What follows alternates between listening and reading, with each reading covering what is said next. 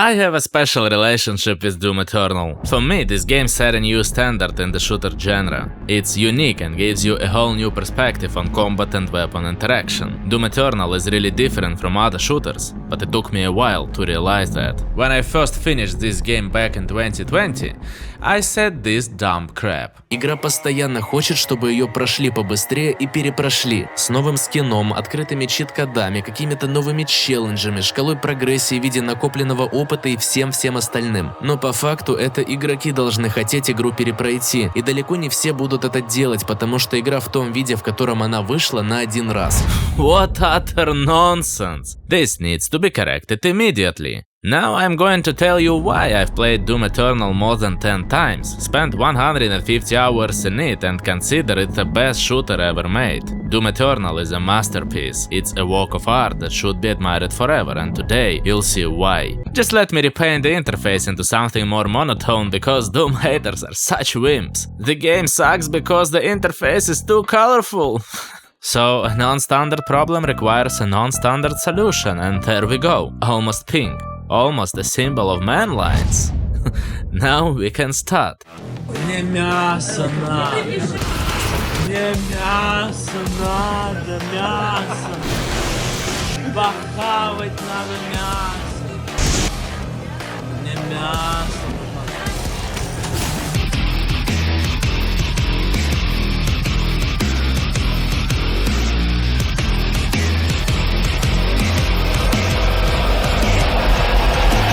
Wait a minute, you probably don't know me, cause I've been focusing on my Russian YouTube channel talking about games. But recently, you know, things got kinda weird in my country and YouTube slowed down. Big bummer for sure, but I took it as a challenge. Why not try something new? Share my content with you guys, see if it resonates. It's a big leap, my English isn't perfect, but I wanna give it a shot. What's the point of life if we don't push ourselves? Right? For starters, I'm gonna re-upload a couple of my old video in English with some tweaks. Hopefully you won't run away because of my Russian accent. This is my first time doing this. So hello to all the awesome people out there on this slightly crazy but still beloved planet. My name is Ahmed and this is my first English video on this channel. Let's do this.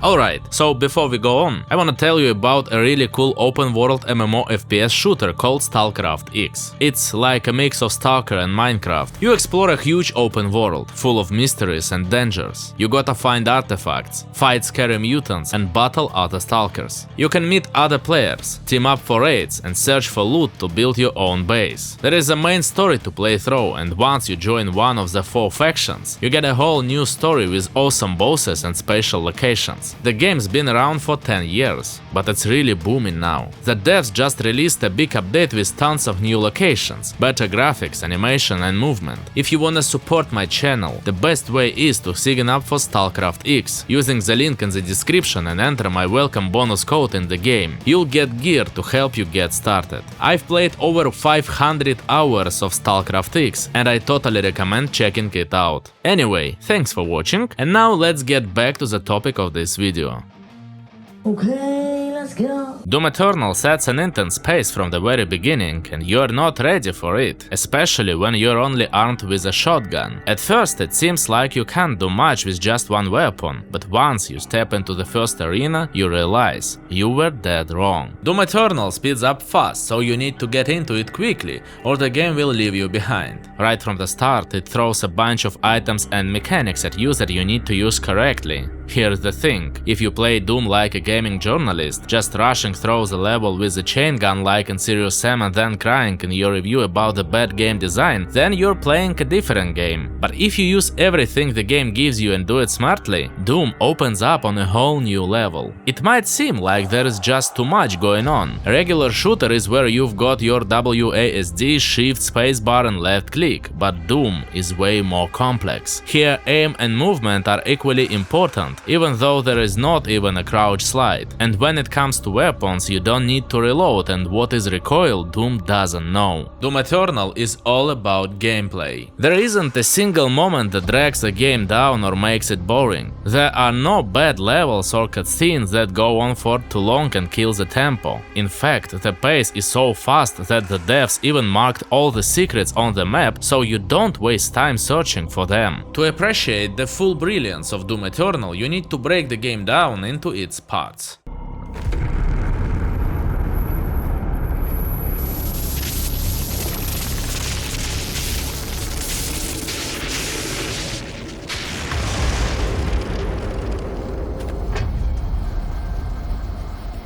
I'm sure you want to try out your weapon first before we leave.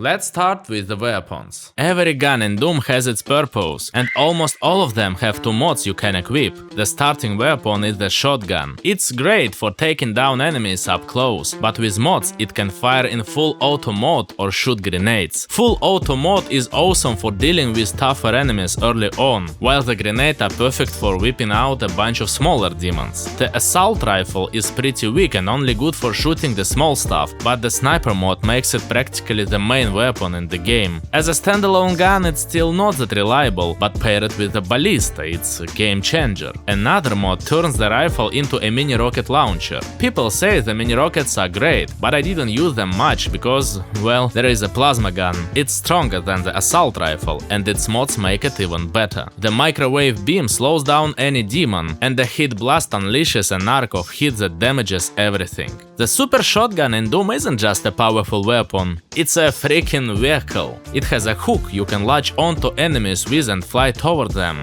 The hook is super versatile. You can stun some enemies, quickly escape danger, and once upgraded, even replenish armor. The rocket launcher is pretty straightforward. It has mods for a triple burst or remote detonation, which is useful in certain situations. The ballista is like a railgun from Quake. It fires a powerful beam, but you can also shoot an enhanced grenade or an energy blade that cuts through enemies. The chain gun can temporarily turn into 4 chain guns, or you can activate a shield that blocks most damage. Now the shield is for casuals. I don't use that stuff, but hey, to each their own.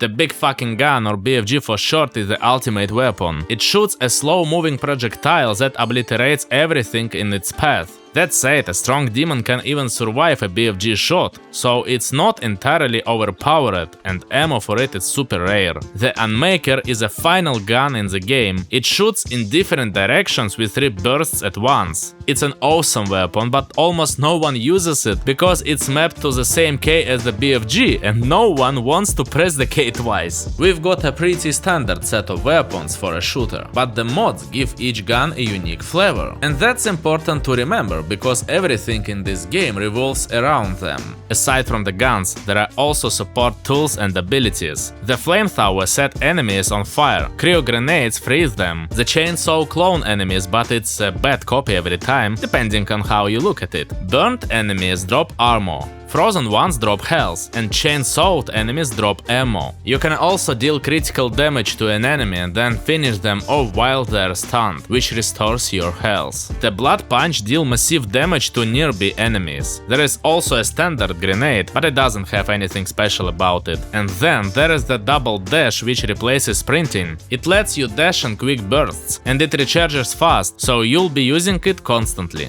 Here's the thing, because of how fast-paced the game is, just using guns isn't enough. There are always limited resources in the arena, so we have tools to extract those resources from enemies. The dash, man, I can't even think about playing shooters without it anymore. The quick dash is such a genius solution because it keeps the pace up. It's not just a sprint that lets you run away from enemies. You use it right when an enemy attacks to dodge and then immediately kill them. It's faster, more brutal, and a lot more effective. Now let's talk about the demons. You were never one of us. You were nothing but a usurper, a false idol. My eyes have been opened. Let me help you to see, Slayer. Each demon has its own approach and almost all of them have weak points. The Mancubus is a dangerous enemy with 2 guns for arms, but you can snipe those guns off with precision shots. You can use the same tactic to shoot the turret of a spider demon or the rocket launchers of a revenant. And when it comes to the mighty Caca demon, just toss a grenade into its mouth. The Pinky is armored from the front, so you'll have to hit it from behind. Of course, not every demon has obvious weaknesses, but the game doesn't force you to always throw grenades into Caca demons or shoot off the spider demon's turrets. You can kill enemies however you find most comfortable. In fact, using a grenade on a Caca demon isn't even the best way to kill it. Even when an enemy appears in the arena and the game suggests a specific way to take it down, that's not the only way. Sometimes a better method just needs to be found, and it will be far more effective. And now the most important question.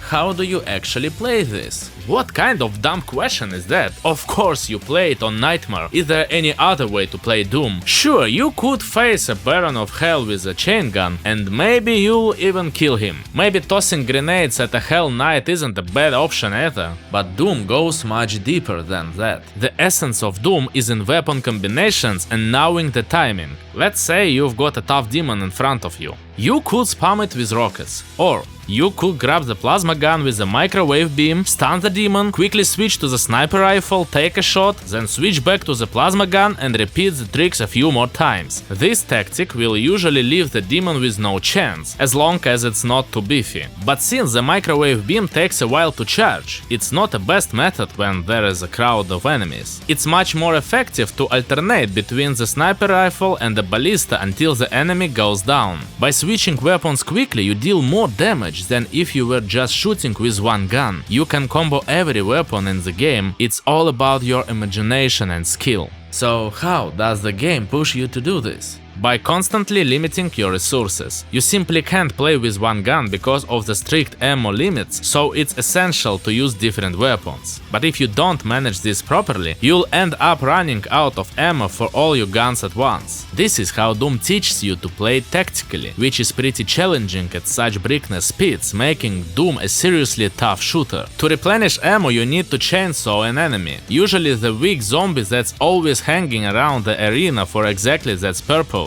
Demons deal a lot of damage, so you're constantly refilling your armor and health. Using the flamethrower or just on enemy isn't that effective. It's better to set a bunch of them on fire to collect more armor. You also have to use a cryo grenade smartly. Almost 30% of the kills in the game are glory kills, but you can't skip them because you need to heal. The chainsaw, flamethrower and grenades all have cooldowns after use, so you need to time their use easily. This approach to resource management cranks the game's dynamics up to max. In most mid-grinder shooters you get ammo before a fight, and the goal is to not use it all up. This sets a ceiling on difficulty. If you run out of bullets due to bad game design, the game becomes unbeatable. Doom Eternal, on the other hand, lets you generate an endless supply of resources in any situation. If you think you're always low on ammo, health or armor, you're wrong, because you can always get more from demons. This means there are no actual resource limits, and as a result, there is no upper limit on difficulty, so the game can spawn as many demons as it wants, in whatever sizes. Doom forces you to constantly analyze the situation and make crucial decisions. A simple example: I see a Doom Hunter and I want to take it down. It's moving around on anti-gray thrusters and is protected by a shield. In the first phase, you need to destroy the thrusters, and in the second, just finish it off. You can temporarily disable the shield with the plasma gun, then deal as much damage as possible to the thrusters. You could start shooting the thrusters right away, but that's harder. Or you could free the demon with a cryo grenade and hit it with 2 blood punches. The outcome is the same in all cases, but I realize that it will be tough to disable the shield with the plasma gun because of the arena's light and the numbers of enemies. Shooting the thrusters are even harder, so I'll freeze it. The problem is my blood punch isn't charged, and to charge it I need to finish off a demon. I see a weak enemy nearby and think, this is my chance. I rush it over, deal critical damage, finish it off, then throw a cryo grenade at the Doom Hunter and take out its thrusters with a punch. In just a few seconds, I've analyzed the situation and mapped out a whole sequence of actions in my head. that. And the game constantly generates these kinds of situations, which is why it's crucial to understand how each mechanic works. You're always thinking and making decisions on the fly. If you hesitate, mess up your movement or miss too many shots, you're probably going to die. Doom does everything to make you want to get better, and within its gameplay formula it offers massive variety. You can kill any enemy in different ways from different heights and with different weapons. I've only used about half of the weapon mods after 150 hours of playing because the others didn't suit my style, and the game never punished me for it. The only thing Doom is against is playing it like Serious Sam, so you won't get away with using a chain gun for the entire game without some serious discomfort. If you want to perfect your skills, go for it. If you want to develop your own style, you can do that too. I found interesting strategies for every monster. I've learned how to combo weapons for each enemy, quickly take down Marauders and wreck Doom Hunters with Cryo Grenades, but I still haven't mastered quick switching or punish swapping. My tactics are still imperfect and my fast Marauder killing technica is far from ideal. But Doom doesn't force me to aim for perfection. I see pro players killing Marauders in one stun and think, my method isn't too bad. And when you fight on equal footing, the battle is even more intense and exciting. That's why, for me, style and skill are two completely different things in Doom. But in reality, I'm just a regular noob who knows how to present it convincingly. If you're looking for a real challenge, you can try playing the master levels. These are tougher versions of the original levels, packed with more enemies and new situations that are guaranteed to give you a hard time. You can also find Slayer gates and keys to unlock them.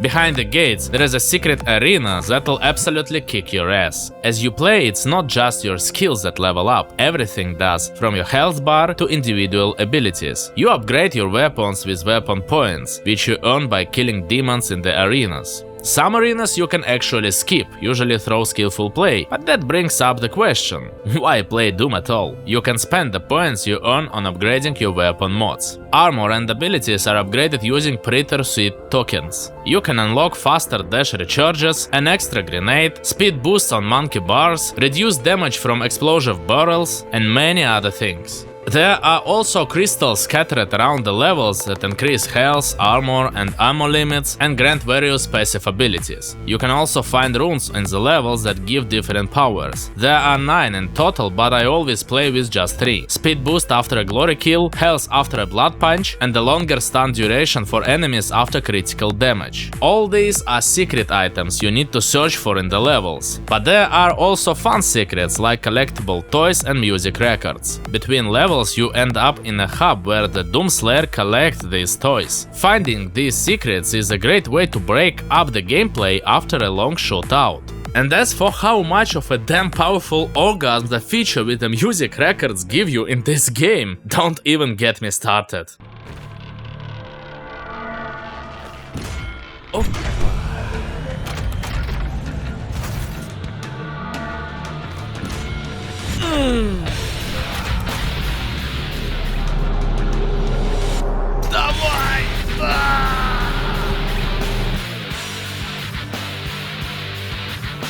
Another thing that mixes up the gameplay is the parkour between arenas. It looks weird and often doesn't feel organic or cohesive. There are floating chains in the air that you have to swing around and flying coffins with platforms you need to grab onto. These are strange design choices that kind of ruin the atmosphere and aesthetic of the game, but from a gameplay perspective, the parkour is pretty decent. The developers even added parkour elements to the arenas, which makes the fights more vertical. And when you're flying toward weapons, there aren't any penalties applied, so you can use it to kill demons in mid-air. The only thing the game lacks is non-standard situations. There is only one scene in the game where you have to escape the blood nest within a certain time limit. But the timer is so long that you could pull it off even while playing with a straighting wheel. Doom Eternal is a skill-based game, but it also has plenty of elements that don't require skill. Every glory kill is a few seconds of rest, because during a glory kill or chainsaw execution, you're invincible. Sometimes you can use this on purpose to catch your breath and assess the situation. Later in the game you get a crucible, a giant red sword that lets you take down even the biggest enemies with a single button press. There is also a rune that slows down time. I have no idea why they even included time slowing in this game, because a whole point of Eternal is its fast space. Oh, wait,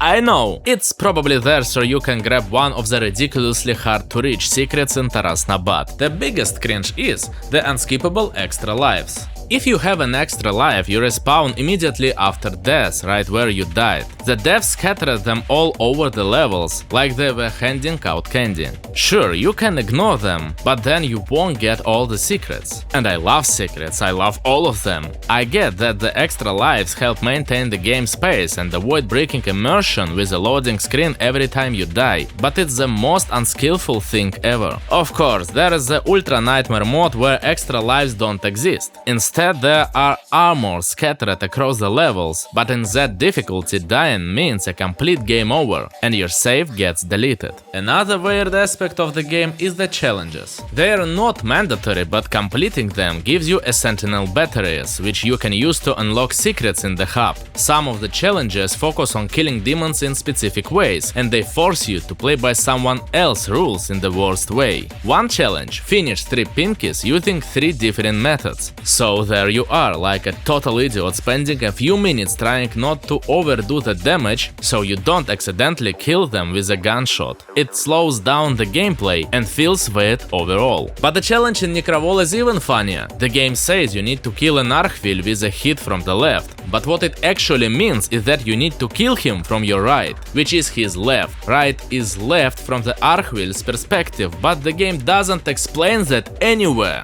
Maybe I'm the only one who mixed up left and right, and everyone else got it right, or maybe it's just a localization error in the Russian version. I had to redo Necrovol 4 times before I figure out what the hell is going on. If you screwed this up too, drop a comment, and let's see how many of us there are.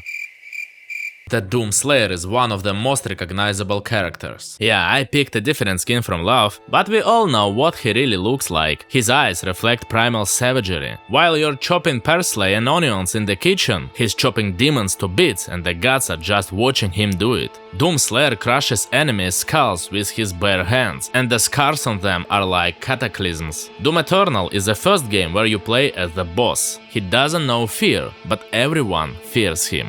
Every cutscene with him, and really every cutscene in the game, is drenched in ridiculous levels of epicness. The camera always moves slowly, and the operator makes sure to show every important moment in a way that emphasizes the sheer scale of what's happening. Some guy just hands the Doom Slayer an item. But look at the expression on his face, the way he flexes his biceps just to show off how damn manly he is. Every single scene in the game is presented like something unimaginable is happening on screen, when in reality it's just 2 guys standing and talking. Actually, only one of them is talking while the other is just silently staring. The camera shows these moments with so much epicness, but the script doesn't always explain things well. That is, until you find a random note lying around. Oh, I get it now. The whole plot is, as usual, written on some pea-stained scraps of paper. I think that in this game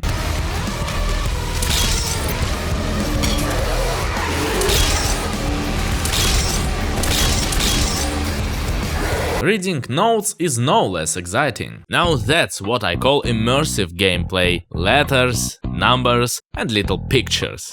Doom Eternal has an incredible atmosphere. Well, that's if you ignore the floating guns, levitating chairs, random weightless platforms, colorful HUD indicators and a few other elements that don't quite fit in. Honestly, it grinds my gears that for some people atmosphere just means endless darkness and never-ending dungeons with labs. Yeah, I remember that Doom. Aside from the iconic soundtrack and the black screen for most of the game, it didn't stand out much, but man, what an atmosphere! To all you die-hard fans of Doom 3's atmosphere, I've got one message for you. Вы нищие уёбища, которые никогда в своей жизни ничего не поменяют. Instead of the same old dungeons, ancient cities, instead of endless labs, other worlds, instead of offices, a breathtaking hellspace. Sometimes you just want to stop and look around, which is crazy in a fast-paced game like Doom. But hey, I get it. How could Eternal ever complete with that one flickering light in a mile-long room where even the darkness wasn't as dark as the darkness itself? Argent energy is made from the souls of Hell's victims. This is the factory where that takes place. And how could I forget Mick Gordon? His soundtrack perfectly captures the Doomslayer's mood and sets the overall atmosphere for each level, but yeah, there are a couple of screw-ups. On some levels, the music doesn't really kick in, and not every level has its own track. But overall, the soundtrack is fantastic. It almost always sets the right pace and helps make Doom feel like Doom. Although why am I even explaining this to you? You already know how crucial the music is to Doom. It's a mystery to me why such an awesome game has such crappy bosses. All those demons that seem like bosses, namely the Doom Hunter and Marauder, aren't actually bosses. No matter what the game tries to tell or show you. The real bosses are the Gladiator, the Icon of Sin, Khan Maker, and that four-eyed thing. And I've got some complaints. The four-eyed thing? You beat it in a few minutes, and it's not even challenging. Khan Maker? There is literally nothing to say about her. She's got almost no HP and can't do anything on the battlefield. The final boss, the Icon of Sin, desperately needs some polish. On the arena you can easily get stuck in the textures, sometimes the boss will miss an attack but you'll still take damage, and in general its actions are completely random and don't follow any logic. The amount of random damage and nonsense in the fight is off the charts. The only somewhat decent boss is the Gladiator. He's got interesting attacks, several stages, and he makes you work for it. So, there's just one good boss in the game and that's sad. But to be fair, Doom has always had issues with bosses, so maybe that's just part of its charm.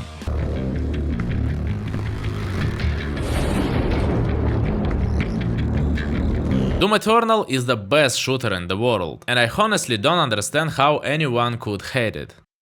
Oh wait, I do understand! The people who hate it just don't know how to play. Doom Eternal is a bold, fast-paced, epic game, and playing it is pure fun. You can finish it in 7 hours, but you'll spend 150 in it easily. It's a shame I didn't get what Doom was about right away. Then again, I spent 15 years to play Stalker mods, so no surprise there.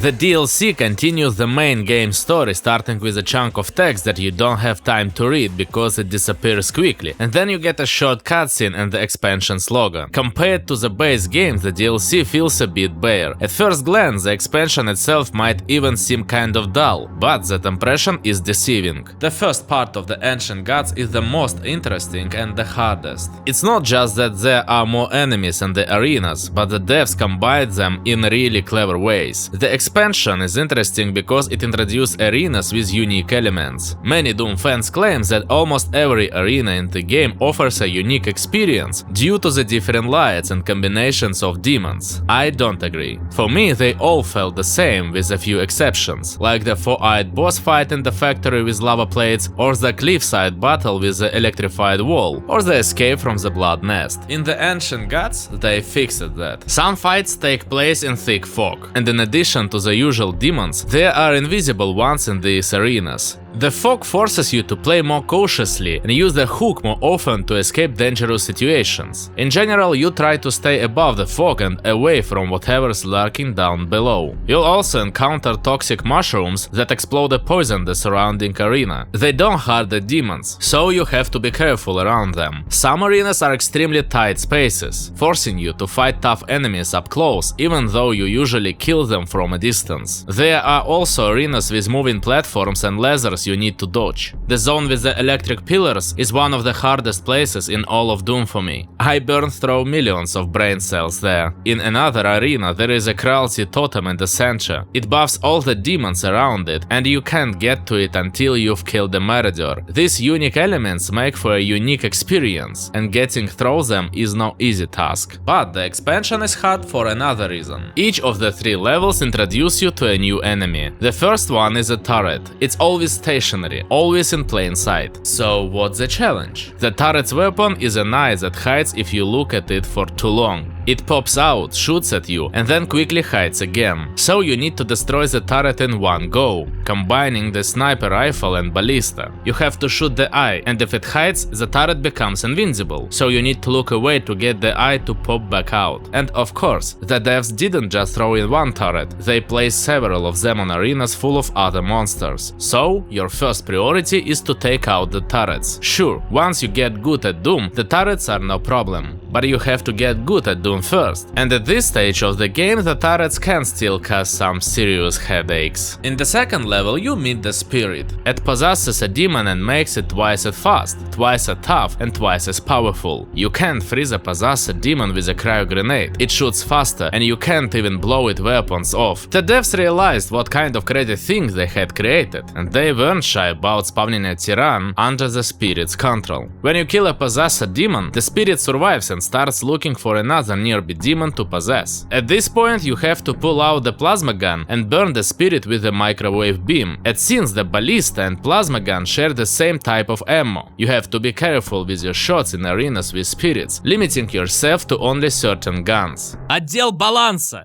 Геймдизайнеры!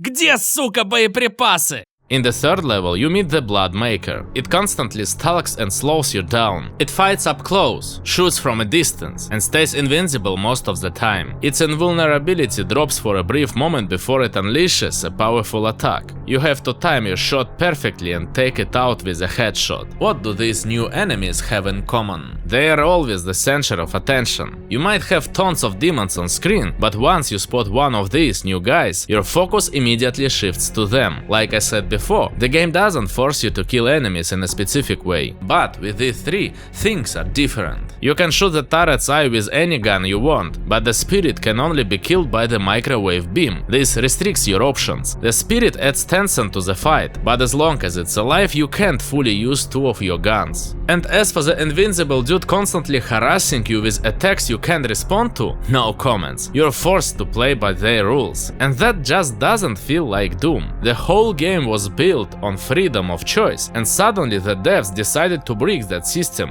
Even now, after I've learned how to defeat them without too much trouble, I still can't say that intentionally limiting the player was a good idea. Like in the base game, there are Slayer gates. Completing them rewards you with an extra rune. The gate arena on the third level is the peak of all the insanity in the DLC. It's pretty small, and at first two Archvils spawn, summoning even more demons. After that, two Doom Hunters appear. While all this is happening, regular demons and Blood Makers are chasing you around. And once you kill the two Doom Hunters, a Marauder with a Spirit shows up. Honestly, I can't say with confidence that the devs for this DLC are totally insane for creating this area, and I went completely bonkers myself for actually beating it. Here's the thing, Marauders are already pretty tough enemies. They dash around, summon dogs, blocks a ton of your attacks, and hit you out of nowhere. You can only beat them with strategy. You'd think that nothing could be worse than a Marauder with a buff from a totem. But then a Marauder possessed by a Spirit shows up, ready to give you some serious anal penetration. It took me about 4 hours to beat him. Thankfully not all at once, or I would have aged 20 years by the end. And I don't plan on ever fighting him again. The level design is still as great as ever. The game starts on a massive station in the middle of the ocean that's sinking. And thanks to the rain, you can see these really cool water droplets on every surface, even the weapons. In reality, the graphics in Doom can't exactly boast about high detail. In fact, it's often missing details, but the design and various effects make up for it, like those raindrops I mentioned. The second level throws you into the blood swamps, where the atmosphere changes drastically. It's a super hostile environment. You can't see anything in the distance. The sky is covered with thick clouds, and the swamp itself is littered with rotting corpses. The third level is just as impressive. Huge gardens growing in space remind me of Zen from Black Mesa. The devs cranked the intensity to the max, but they forgot about other things. In the main game, the Doom Slayer had a hub. Here, the in-between location is a sea base, but there are no Easter eggs or interactive elements. You can't talk to any characters, they don't react to you, and they don't interact with each other. In cutscenes, they look like they're shitting their pants just from seeing you, but in the gameplay,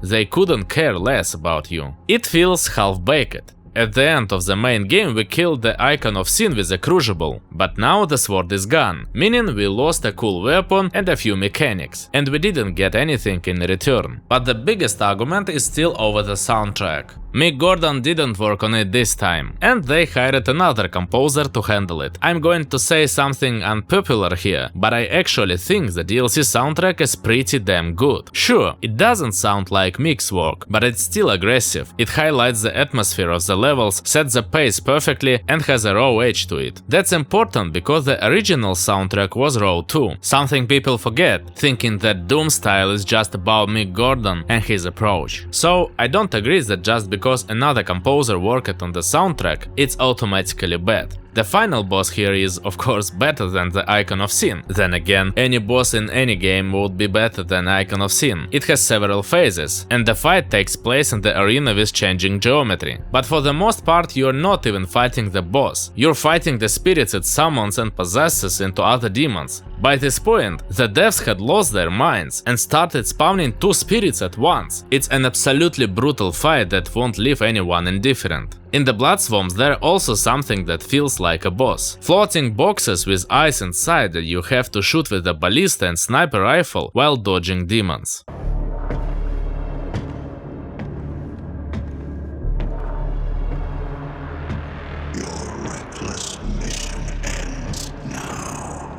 I remember switching for an hour and a half on one of the arenas, and afterward I had to step outside for a smoke with my hands shaking. It's a shame I don't get those kinds of feelings anymore, because I've gotten good at Doom. But when you kill a marauder with a spirit or beat the final boss, you exhale and realize you're a total badass and deserve to pat yourself on the back. I think that's the whole reason this DLC was made, for those moments. Не лезь, блядь, дебил, сука, ебаный! Блядь! Сука! Ебаный!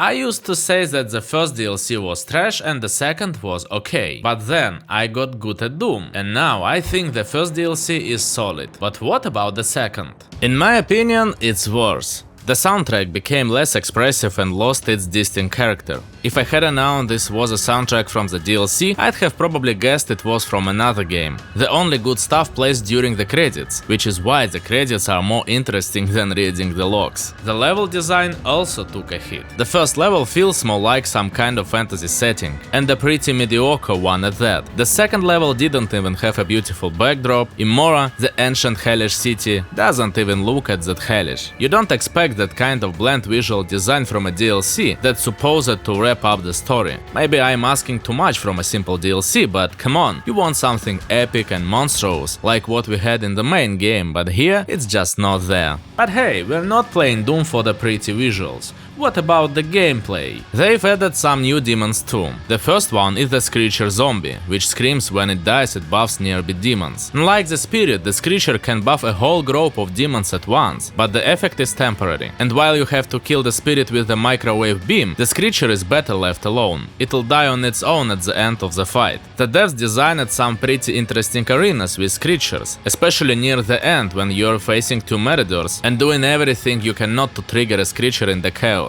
The second new demon is the Armored Baron. It's covered in tough armor that you can break by shooting its projectiles. The armor regenerates over time, but there is a special tactic with a cryo grenade that lets you kill the demon in one go. The third new demon is a Cursed Prowler. After it hits you, you get poisoned and slowed down, and it runs away from you. To remove the debuff, you have to kill it with a blood punch. Nothing else will hurt it. To be honest, this demon is kinda weird. It's easy to kill, but if it lands the debuff on you, things get really painful. Then there are some smaller demons. Some are easier to kill with the automatic shotgun. There are guys with golden shields that you can break with splash damage, or remotely detonated rockets from behind. The last of the new enemies are the regular soldiers who drop ammo when they die. Since the Crucible is gone, the devs had to give us something to compensate for that. So in this DLC they give us the hammer, which brings with it a bunch of new mechanics. With the Crucible, you were chopping everything to pieces fixes and picking up health, but with the hammer, Doomslayer slams it into the ground and stuns everyone around him. Stunned enemies have star floating around their heads like in a cartoon, and if they die while stunned, they drop ammo. You can stun burning or frozen demons and quickly finish them off. That way they drop even more health and armor. On one hand, the hammer is super versatile, and there are lots of interesting ways to use it. You can even stun a Marauder with it, who normally shrugs off cryo grenades. But on the other hand, the hammer overloads the game because now you don't need to do a glory kill to heal or rush to chainsaw a demon to refill your ammo. The hammer fixes everything, and that breaks the gameplay formula because it messes up a whole sequence of actions. The mechanics that make Doom fun to play aren't always necessary now. I'm not saying Doom has become less fun to play. Far from it, Doom is still as fast and intense as ever. What I'm saying is that the game now feels like it's bursting at the seams. All the mechanics used to be perfectly balanced and works together seamlessly. It never felt like the game was missing something or had too much of anything. So adding something new to that formula without breaking the old stuff is really tough. That's why removing the Crucible had to be compensated somehow, but adding compensation without breaking the gameplay formula is hard. Let's say it, one new addition did work out. The devs added flying spheres that you can latch onto with your hook and keep moving. It's a parkour element, but it's also in the arenas, so you can use it to kill demons while flying through the air.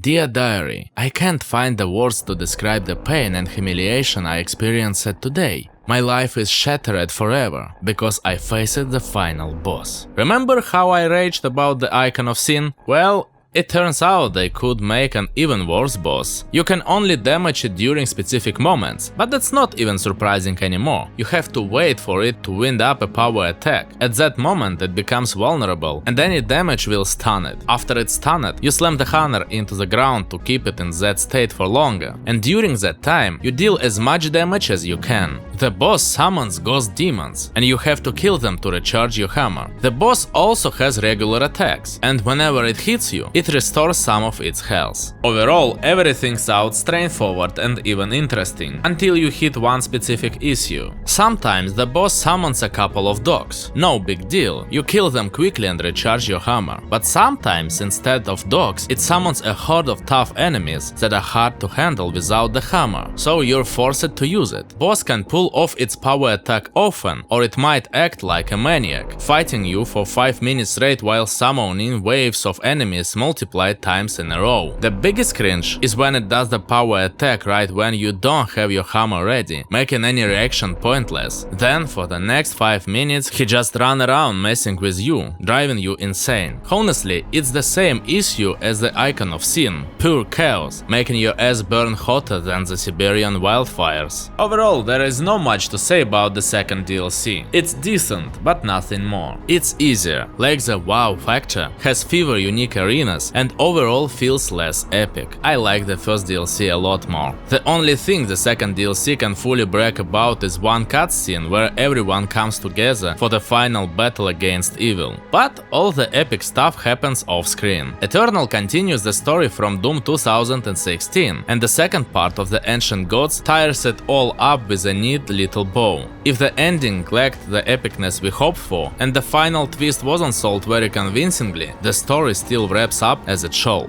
The Doomslayer destroyed evil, completed his mission, and now he's no longer needed.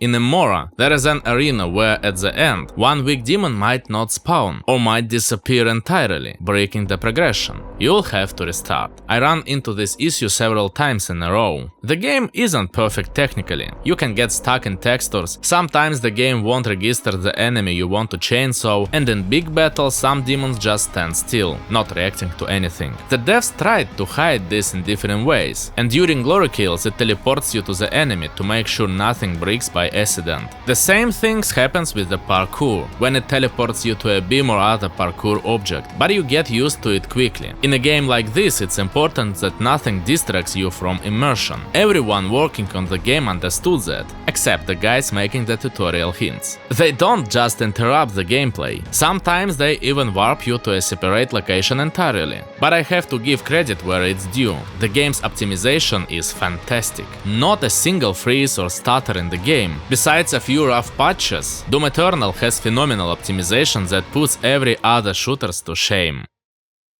Doom Eternal is a diamond. A couple of months ago I hit a serious depressive slump and didn't want to do anything. Doom pulled me out of it. When I'm sad, I launch Doom. When I'm feeling lonely, I kill demons. And when I'm just vibing, I kill them on autopilot. It's hard to explain what I feel when I launch Doom, but it gives me an experience like no other. The ancient gods showed that adding new mechanics doesn't always benefit the game. It's starting to burst at the seams and break apart. It's impossible to keep pushing the game forward on the same rails. And it's tough to make a game cooler, deeper and faster than Doom Eternal. The limit has already been reached, and there is nowhere else to go. That's why the dev said that the next game won't be faster or more dynamic. And there is definitely some truth to that. But you know what? That doesn't even matter, because they already made the best shooter in history.